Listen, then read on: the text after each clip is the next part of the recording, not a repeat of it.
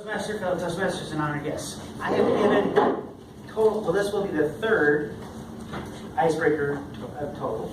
I gave an icebreaker a couple weeks ago, and I didn't have the forms, and I'm doing pathways. So this is the third icebreaker. Hopefully it will be the last. In my previous icebreakers, I talked about my childhood and the bullying and how that kind of affected me as a kid. Then I talked, my second icebreaker, I talked about how I like to play jokes and some of the things I did as a teenager. When I look back at my life, 45 years old, I think of two things that have really affected my life. The first is family. I was born in Salt Lake City, Utah. I was the fourth child. Eventually there will be six. But I was the third boy, last boy. And it was good. We lived in Orem. We moved up to Idaho a little bit later on. And I wanted to be a cowboy. I talked about that in the first one, the first icebreaker. But family was very important to me, and it always has been. Because of my family, they taught me love. They taught me to appreciate and be nice. Don't hit Diana because it's not nice to hit your sister. Things like that. But one of the things my parents taught me was faith in God. And without that faith in God, I don't think I would be the person or be anywhere near the person that I am today. Not that I'm great or anything like that.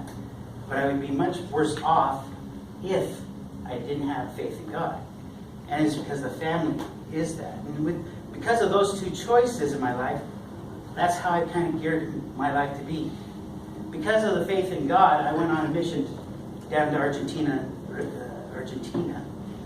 And I spent 2 years in the jungles and in the dirt. It was a 2-year camping trip. It was an adventure. My son just got back from Bolivia, and he describes the same thing. It was an adventure. There's things you can't describe with words of what you experienced.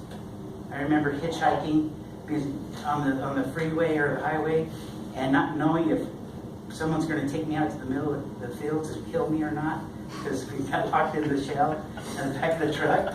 I remember doing all sorts of crazy things as a missionary. But I helped people and I served people. I helped to maybe change their lives if they let the information that I had change their lives.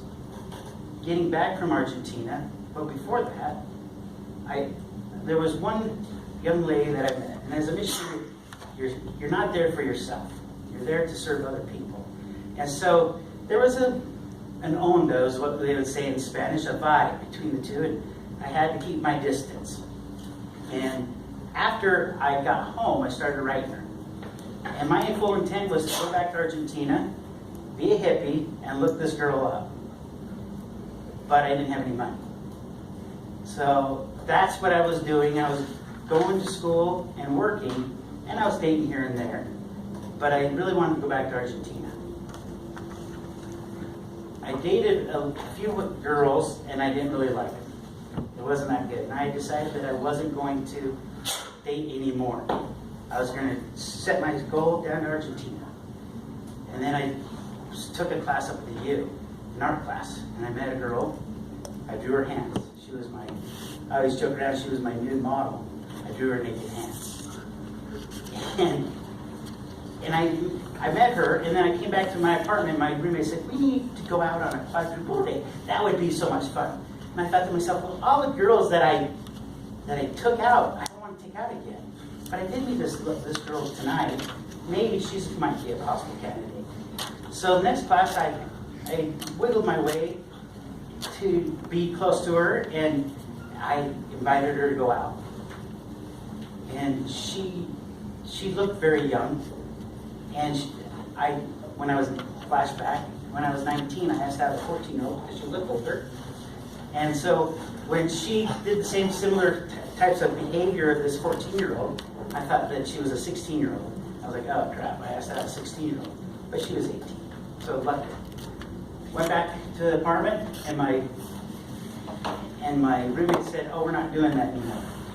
I immediately felt that if I took this girl out, that it would become something serious, and I didn't want to have it become something serious. If I went alone with her, well, I couldn't find anybody to double date with me. So I took her out, and it was a really fun date. I had tickets to the Bees game the next week, and I ended up inviting her to another date. And then just time and time again, for the next 2 months, we saw each other pretty much every other day or every day. Until June 4th. I took her to a birthday party with my family.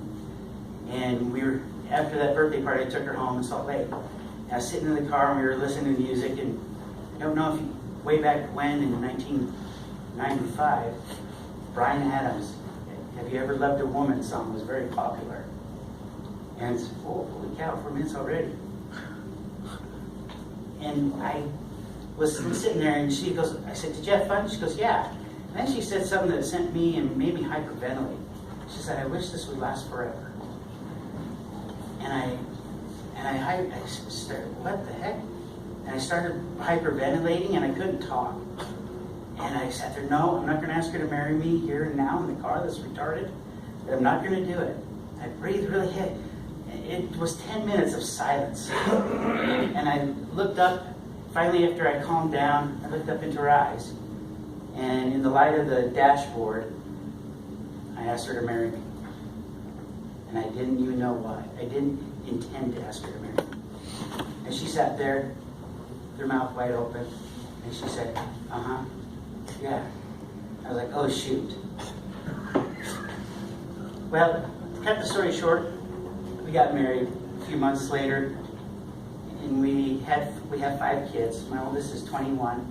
Just got back from Bolivia, like I said. I have a married daughter and another son who just graduated, who is going on a mission soon. And all this is because of family. I think back to how I would have been if I didn't get married and I didn't have a family. And I'd be a very selfish, mean person. Because naturally I am selfish. Naturally I'm mean. And I'm just cantankerous and tactless. But my wife, she's the completely opposite of me. She is sweet. And my kids help me out as well when I forget how sweet she is.